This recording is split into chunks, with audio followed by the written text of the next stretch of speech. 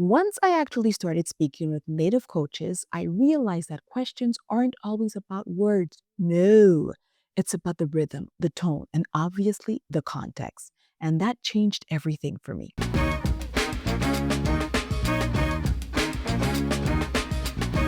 Hi, everyone.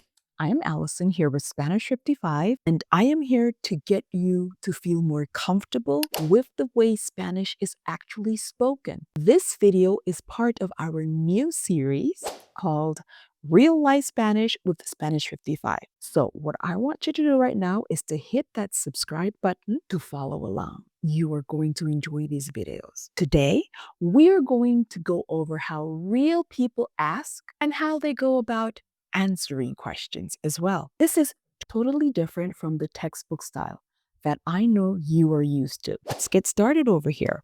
Let's talk about casual questions first. In class, you probably learn things like, ¿Cómo estás? ¿Qué haces? And sure, yes, grammatically they are correct. But you know what? If you want to sound more natural, you are going to hear native speakers say, ¿Qué andas haciendo? ¿Cómo vas? ¿Qué tal? ¿Todo bien? They sound way more relaxed, friendly, and a little bit chill. When I first heard, ¿Qué andas haciendo? I was like, what do you mean?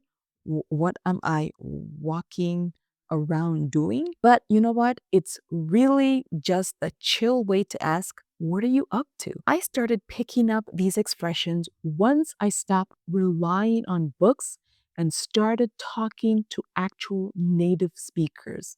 That's when Spanish really started making so much more sense to me. And of course, I fell in love with it even more. If you want even more examples, you know what? I recommend you watching the YouTube video called 35 Common Questions in Spanish. It'll show you how these questions really sound in action. The link is below. Let's look at one word questions that carry a lot of emotion. This is where the fun starts. Have you ever heard someone say, ¿En serio? Neta? Oh, this is a very Mexican expression, super common. ¿Qué? Or ¿de verdad? ¿Qué? It's not just what they say, it's how they say it. Intonation changes the whole meaning. You can say ¿qué? In a bunch of ways, like ¿qué?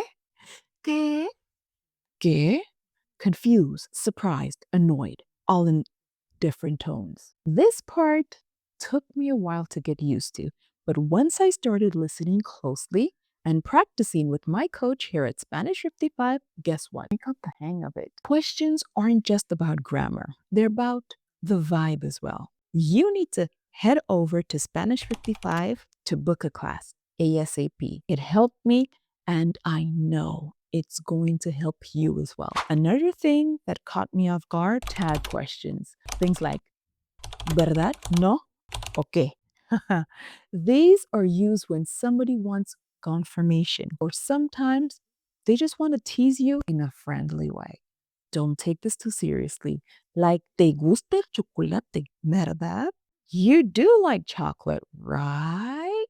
Getting used to how people really ask questions took time, but coaching helped me stop translating in my head, and it helped me to start responding naturally. That's one of the biggest shifts I made, and Spanish started to feel so much more fun and enjoyable. What about responding to these questions? You don't always need full sentences. Oh, this is where things get fun. Instead of saying, sí, eso es obvio, you'll hear people say, claro, obvio, ni al caso. This is very Mexican to say, that's not even relevant. No need for that. You don't have to give a long answer to sound polite. Short and real sound better. And guess what? They do the job really good. And hey, if you're curious about the most common questions beginners get asked in Spanish, leave a comment because we'll be covering that in another video from the same series. Let me know if you're interested. I want to know. And don't forget to listen to the Conquering Spanish podcast for tips, tricks, and real stories from learners. Yes, just like you. Please don't forget to hit the subscribe button below, like the video, leave me a comment telling me which question or expression surprised you the most. Hasta pronto. Bye for now.